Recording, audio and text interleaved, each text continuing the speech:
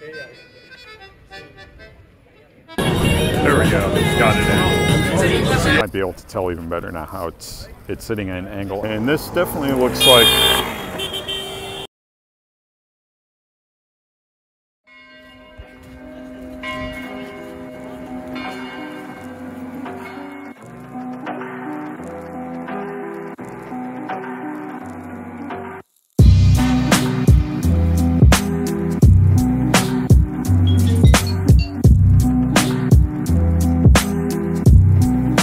as you can see, most of the roads I've noticed aren't really roads. They're for trams, pedestrians, and bikes. There's a car parked over there. And see, that car had to wait for the tram, even though there's no sign or anything to do so.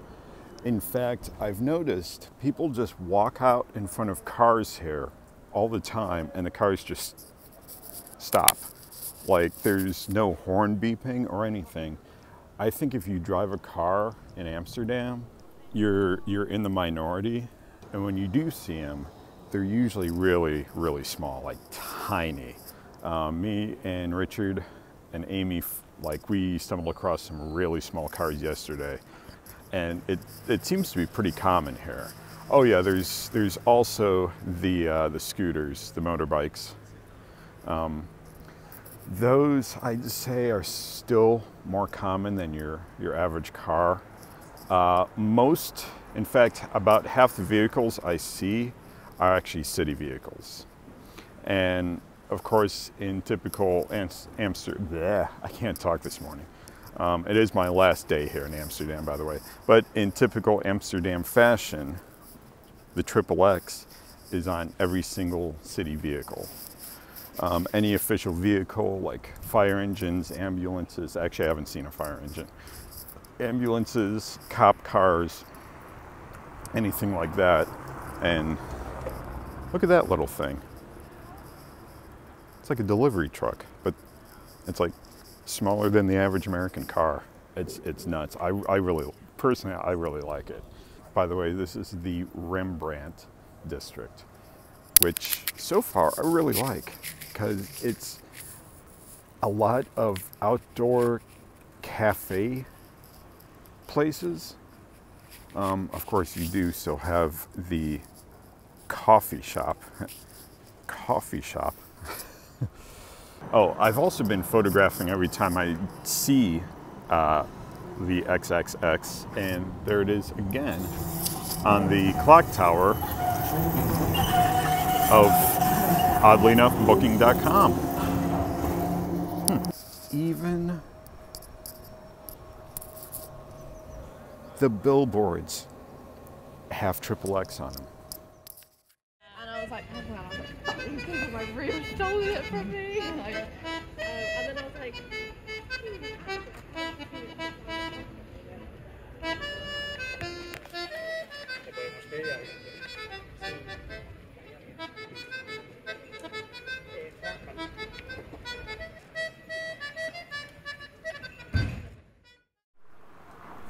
So there's this one place that I was very curious about. I forgot it even existed, but I went wandering around today and realized I was actually really close to it. So I thought I would go to it. It does appear to be open. It's a bar. Why would I showcase a bar? Let me show you if I can get in. I haven't tried going in yet. Yeah, I'm still finding out if it's open or not. I don't know if there's more than one of these, but I have heard this is one of the coolest bars.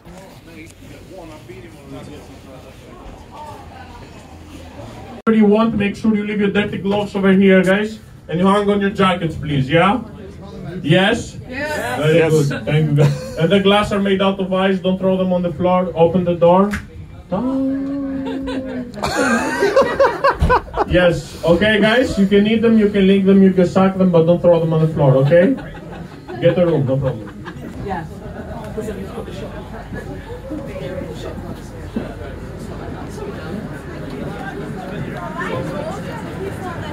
We would appreciate that, Chair. Oh.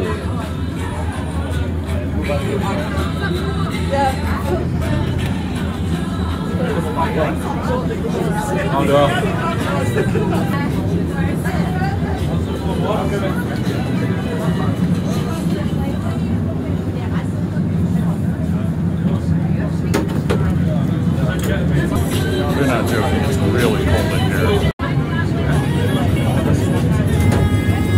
It's made of ice. I don't know if this is going to stick to my lips. So I can't turn the camera around simply because I have to wear gloves. I'm really shaking. I think everybody is. It's really, really, really cold in here.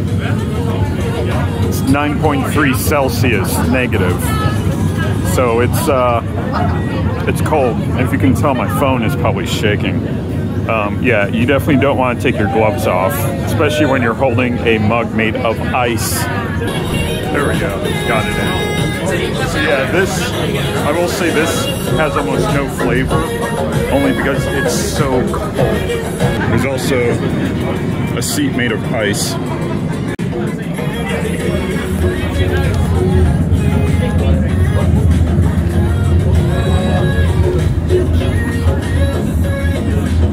Yeah, that's ice. So is the table.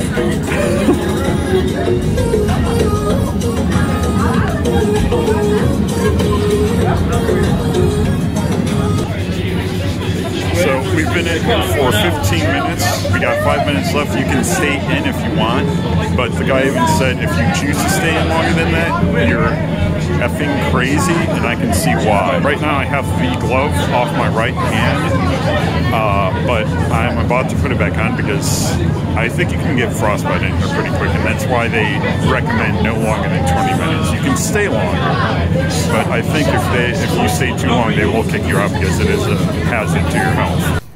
I'm getting the feeling back in my fingers again. It's pretty unsuspecting, like it doesn't really stand out. Like I was expecting something a bit more. That's the first horn I've heard, I think, in Amsterdam. People are driving side by side here. Someone isn't happy. Either way, that is the Icebar. There's a polar bear outside of it, so I guess it kind of sticks out because if you're looking for it, you kind of know what to look for. Cold things. Blech. It is very cold. It is 26.50 euros to get in, which is a little steep. But if you think, I think like the standard price here for a Heineken, I believe is 5.50, which is still steep.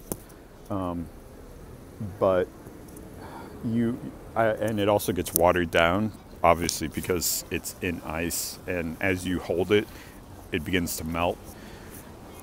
So some people may not think it's worth it. I thought it was quite a unique experience, so I'm happy I did it. Little expensive, I think. I know there was a group of guys that were going to walk in before me. This keeps catching on my coat or something. And they thought it was quite a ripoff. If you're just going to drink, yeah, it's probably not worth it. If you're going for the experience, then yeah, it's probably worth it in my opinion. But yeah, that was pretty cool. I think it's probably a good way to end my trip here in Amsterdam in the Netherlands. It is probably, I think Manchester is further north than Amsterdam, but still being this far north, I think that's definitely something that you have to go for. Just came from inside this place, and you probably can't tell, but it's leaning slightly that way. And I went inside and actually started talking to the one bartender, and apparently it has something to do with the fact that it's just kind of sitting there. It's kind of out into the canal a bit. Might be able to tell even better now how it's sitting at an angle, and apparently it's getting worse and worse. Like it's just slowly tilting. So eventually that place will no longer be there. I have a feeling that will probably take maybe 100 years or so. But it's still kind of an interesting little thing that I found out, because I took a picture and I was holding my phone and it was telling me I was off, I wasn't level, but the building was level. So I straightened my phone and I realized suddenly everything else was level, but that building wasn't.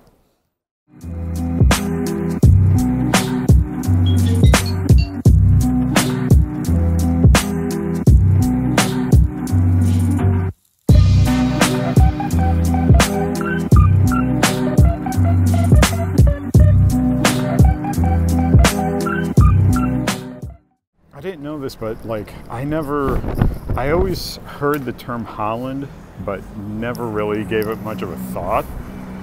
But I guess it's like an unofficial name. Like, I guess people still call it that. I think it used to be called that as well. I'm not sure. I do know that some of the information on Wikipedia about the Netherlands is false.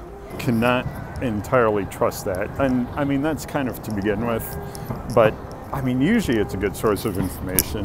You just, you know, it's usually a good idea to double check it. And I did see that, and I think I mentioned this already, it says that the Netherlands uses the US dollar. That is not true. And this definitely looks like a main street, which is why you should probably look both ways before you cross.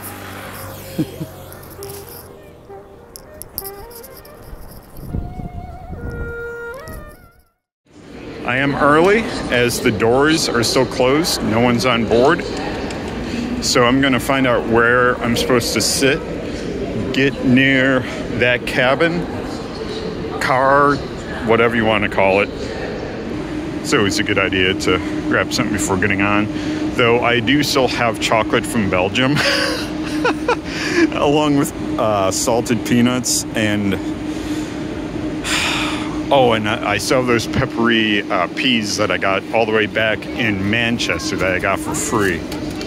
I don't think I actually included that in my Manchester video. The one Asian grocery store I went into, the checkout clerk gave me a bag of peppery peas for free. I have no idea why.